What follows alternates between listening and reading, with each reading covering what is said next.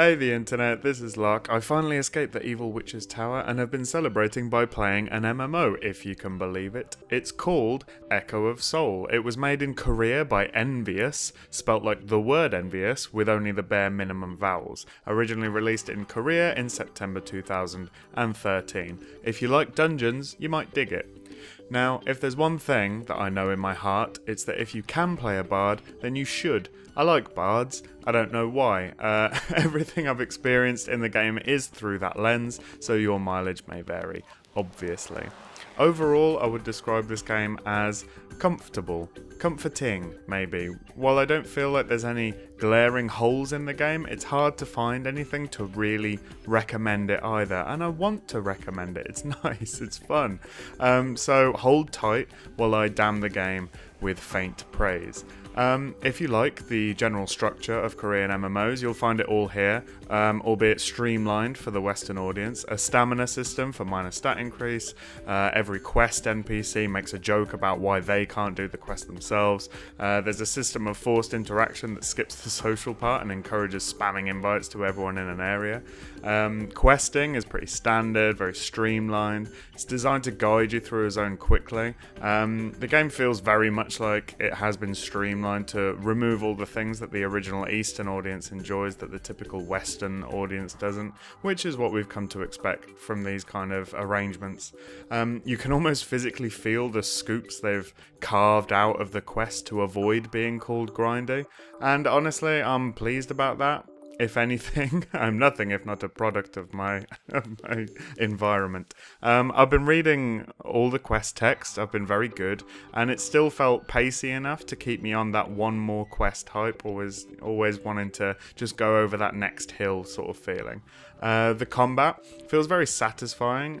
It's a tab target hotbar system MMO players will most likely be familiar with.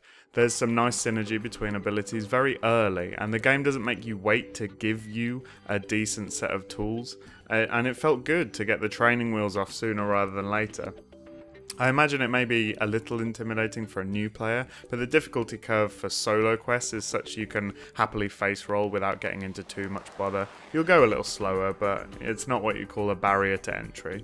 There's no healing class in the game, though there are methods of support and defense for parties and individuals. I imagine this was a decision to facilitate party forming for dungeons, which is understandable if disappointing for those who like to fill that role. When you kill stuff in the game, you get Chaos Souls.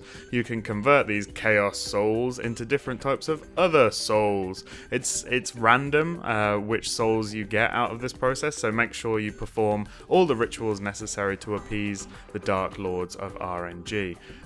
This is the interaction I mentioned earlier. You can convert souls much more efficiently if you do it with someone else in particular areas. So if you go in those particular areas, expect a little window to pop up that says convert with so and so, and you just press the button and go about your day.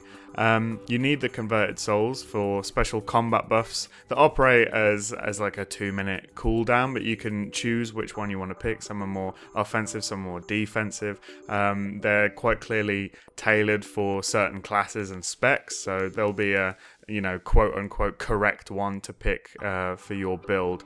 The system feels convoluted, or maybe bloated is a better word. I have a feeling that it might be tied into the cash shop in the original game in a way that players in the Western market won't like. The cash shop itself is pretty empty. It's rather barren apart from the starter sets that are available with the closed beta access. No doubt the items available in other regions are under intense scrutiny to address how well they'll be received in North America and the EU. After some kerfuffle with other recent imports, it's no small matter. As we know, any hint of the dreaded pay to win can be very damaging for a game, not to mention the enjoyment of the players.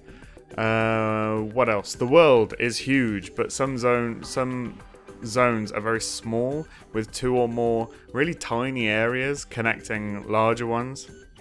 Now, I assume this is for performance considerations. It's not the kind of thing that bothers me personally, but I know for some it's a deal breaker, so expect to be going through portals often. Infinite dungeons are very interesting to me. Procedural dungeon design is an answer to sustainable PvE content that I believe deserves to be explored. I'd be very thankful for it on those days where you just get bit by the dungeon bug. You just fancy running a few in a row, and a little variety can go a really long way. Unfortunately, I just haven't had enough time to get to that point yet, so we'll have to wait and see what other people have to say about that one. If you'd rather not group up, you can run dungeons solo for good but not quite as good rewards. In principle, I admit I'm against repackaging multiplayer content to make it available for solo play. I did have a go in a couple of them. It was a nice diversion. I got some good loots out of it. The boss encounters had a couple of things going on. But honestly, it's hard enough to get players really working together without offering a path of least resistance like this. Hopefully there'll be enough incentive to group at max level, and these solo versions can act as a learning tool rather than an end in themselves, or the game could end up with some population fragmentation issues it just won't be able to get past. PvP is a little weak compared to other games more focused on it, but really you could say that about most MMOs, almost all MMOs really. It feels like an afterthought, as it does in most other MMOs, but the EXP and rewards from Battlegrounds, they're pretty good. So it makes for a decent taste break while leveling at least. If you need me, I'll be at the top of the scoreboard. Boom! Honestly, this all came out far more negative than I expected. It's easy to pick holes in the game and criticize it because, as I said at the top, it doesn't set the world on fire. On the other hand, I had a good time with it. It's a well-made game that feels pacey and satisfying. It's been out for a little while, so it's got a little bit of polish to it. It all works well.